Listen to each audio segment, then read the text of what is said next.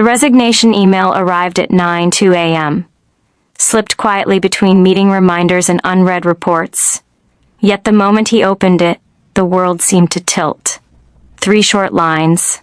No drama, no explanation, just a calm final statement of departure. His fingers hovered over the screen as if the words might rearrange themselves if he stared long enough.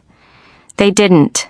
His chest tightened, not with anger, not even shock, but with a sudden sinking certainty that this moment had been building for months, and he had done nothing to stop it. Outside his glass office, the floor buzzed with its usual morning rhythm. Phones rang, coffee machines hissed, laughter drifted from the corridor.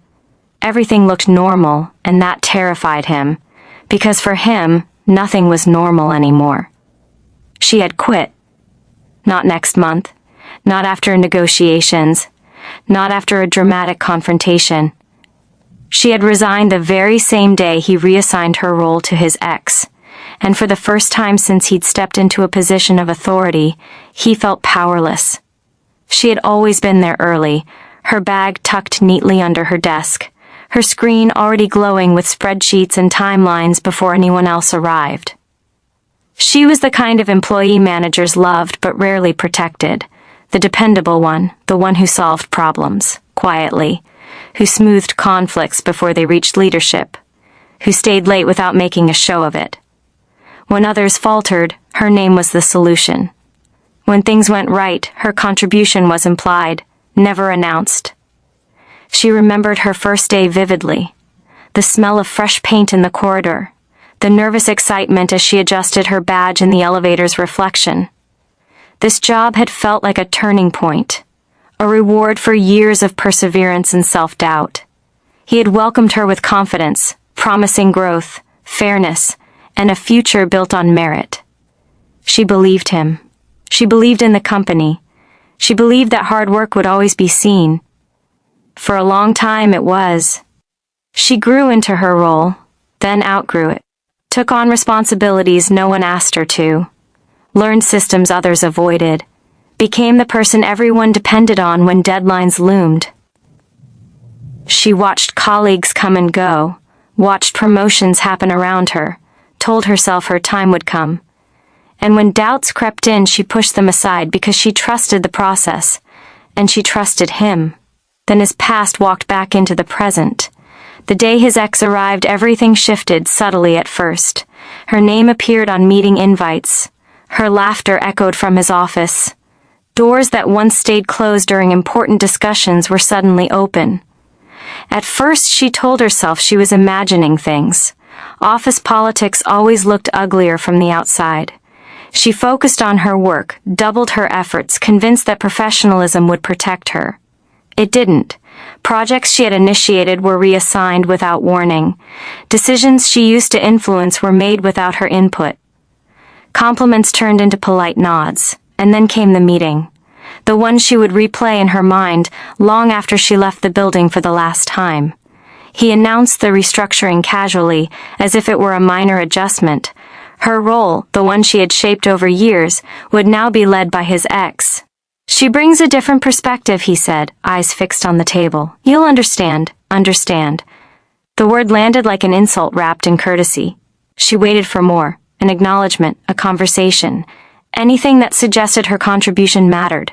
Nothing came. That evening she stayed late, long after the office emptied. The city glowed beyond the windows, indifferent and alive. She stared at her screen, unread emails blurring together, and finally allowed herself to ask the question she'd been avoiding. How long had she been shrinking herself to fit a place that no longer saw her? It wasn't rage that filled her chest. It was exhaustion. The kind that settles into your bones after years of proving yourself to people who benefit from your silence. She thought of the weekends she'd given up, the family moments she'd missed, the times she defended the company when others warned her she was giving too much. Loyalty, she realized, only works when it goes both ways. She opened a blank email. Her hands shook at first, but the words came easily. Clear, calm, final. She didn't accuse, she didn't explain, she simply chose herself. When she pressed send, a strange peace washed over her. Fear flickered, yes, but relief was stronger. For the first time in years, the future felt uncertain in a way that didn't terrify her. It felt honest. The next morning, her desk was empty. Whispers spread faster than facts. No way. She quit? People checked their phones, refreshed inboxes, glanced toward her seat as if she might reappear. When he finally stepped out of his office, email printed in his hand like proof of a crime scene, he froze. The absence hit harder than any confrontation ever could. There was no argument to win, no explanation to twist, just a quiet, undeniable truth. She was gone. And as he stood there, surrounded by the hum of a company that suddenly felt unfamiliar, it dawned on him with brutal clarity. This wasn't impulsive. This wasn't emotional. This was the result of being overlooked one too many times, of giving everything and being chosen last. He had assumed she would wait. He had assumed loyalty meant permanence. He had assumed wrong, because some people don't leave loudly. They leave when they realize staying has cost them too much. And by the time you notice the silence they leave behind, it's already too late. He didn't chase her that day. That was the part that haunted him the most. Not because he was busy or distracted, but because some stubborn part of him still believed she would cool down, that she would reconsider, that loyalty would pull her back the way it always had before. He told himself she just needed space. What he didn't understand then was that people don't resign from places they still hope will choose them. The office felt different almost immediately. At first, no one said it out loud, but everyone felt it. Questions that used to be answered before they were even asked now floated around unanswered. Systems she had built quietly began to crack. Files went missing. Clients complained about delays they'd never experienced before. Meetings grew longer, more tense, filled with people talking in circles, searching for solutions she once delivered effortlessly.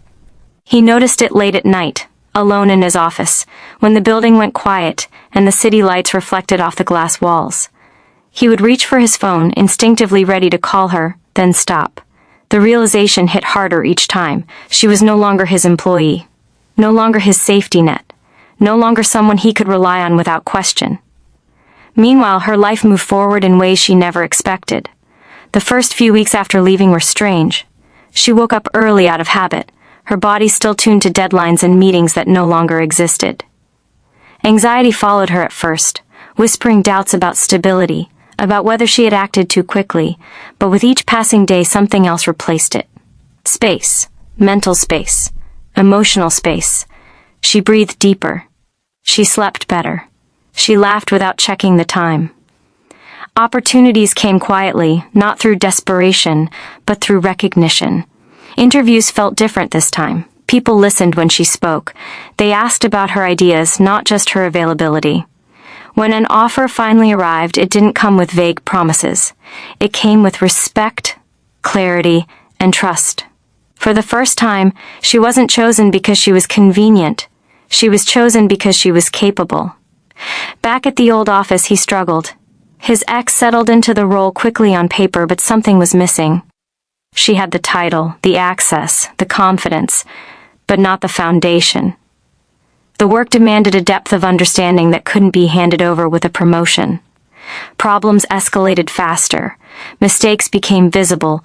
Clients asked for explanations he couldn't comfortably give. And then there was the guilt. Not loud, dramatic guilt, but the quiet kind that crept in during pauses. During moments when he realized he'd ignored her concerns, dismissed her discomfort, justified his decisions with convenience instead of fairness. He began to understand that leadership wasn't just about choosing who fit best on paper. It was about protecting the people who made everything function. Months later, they crossed paths again. It wasn't planned. No dramatic setup, just coincidence in a crowded professional event. He recognized her instantly, not because she looked the same, but because she didn't. She stood taller, lighter. There was a calm in her presence that hadn't been there before. She smiled politely, not warmly, not coldly, just enough to acknowledge the past without reopening it. They spoke briefly, safe topics, neutral words. And then, when silence stretched between them, he finally said what he'd rehearsed 100 times in his head. "I didn't think you'd actually leave." She didn't raise her voice. She didn't sound angry. She just looked at him and answered honestly. I didn't think I'd have to. That was the moment it truly ended for him. She explained, not as an accusation, but as closure. How being overlooked again and again had taught her a painful lesson. How loyalty without respect becomes self-betrayal. How she realized that waiting to be chosen was costing her more than leaving ever could. You didn't fight for me, she said quietly, so I fought for myself. There was nothing he could say that would change what had already been decided. Apologies came too late. Explanations sounded hollow. Some mistakes don't explode, they erode. And by the time you notice the damage, the foundation is already gone. She walked away once more, but this time there was no hesitation, no weight in her steps. She wasn't running from something anymore. She was moving toward herself. He stood there long after she disappeared into the crowd, surrounded by noise yet painfully alone. For the first time, he understood that losing her wasn't just a professional failure. It was a personal one. He had mistaken consistency for permanence, silence for acceptance, loyalty for obligation. The company would survive. Businesses always do. But something essential was gone. A standard, a trust. A reminder that people are not replaceable simply because their roles can be reassigned. Her story didn't end with resentment. It ended with clarity. She learned that walking away isn't weakness when staying means disappearing. That choosing yourself doesn't make you disloyal, it makes you honest. And that sometimes the bravest thing you can do is leave quietly, without waiting for permission. And his lesson came at a cost. Because the most painful truth isn't that she resigned. It's that when she finally chose herself, he realized she had been choosing him, and the company, every single day before that. By the time he understood her value, she had already built a life where his approval no longer mattered.